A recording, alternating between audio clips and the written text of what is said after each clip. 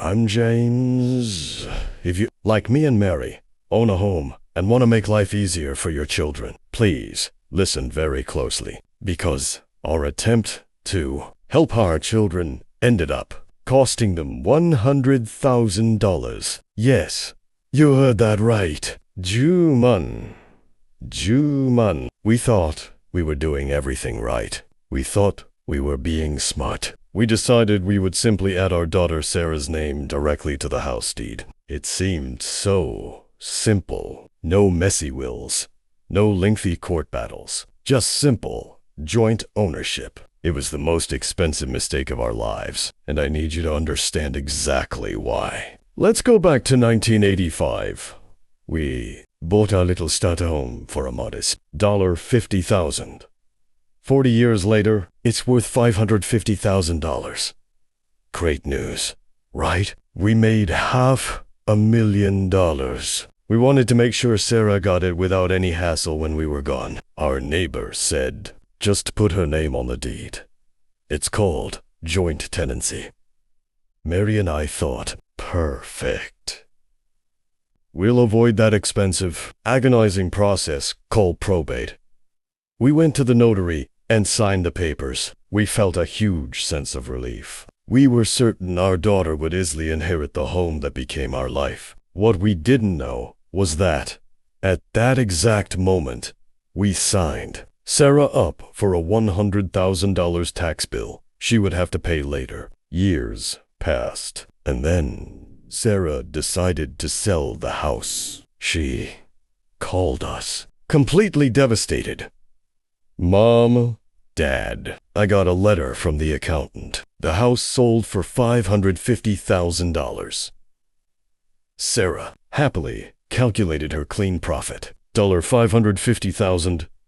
But then she saw that terrifying phrase, capital gains tax. You see, to the IRS, Sarah didn't receive the house when we passed away. She received it the moment we first added her name back in 2015. At that moment, half of the house instantly became hers. The IRS essentially said, your half is worth $275,000, and you inherited it at the same price your parents originally paid for it. Gomam. Her taxable gain was 27,500 minus Gomang. That's a profit of $225,000.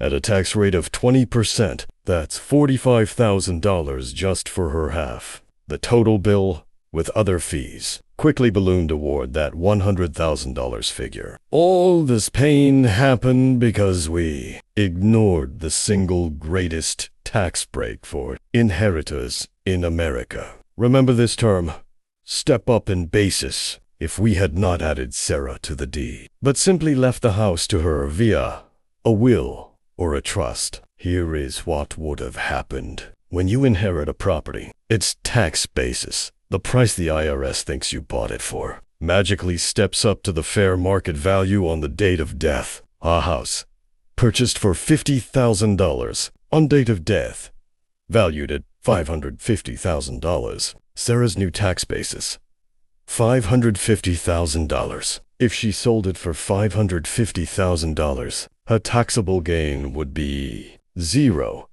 The step up in basis would have saved her from that Juman tax disaster. We stole that essential tax relief from our daughter simply because we wanted to avoid some paperwork. It was the most bitter irony. Do not make a mistake. If you want your children to get your home without probate and without taxes, there is only one correct way.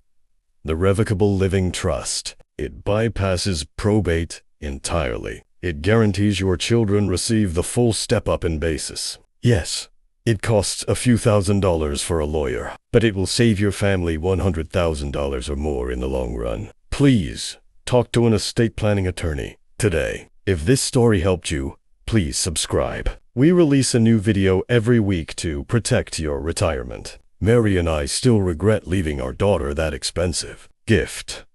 Do not repeat our error. And next time, I'll tell you about the new threat facing retirees. why your long-term care insurance policy might be worthless.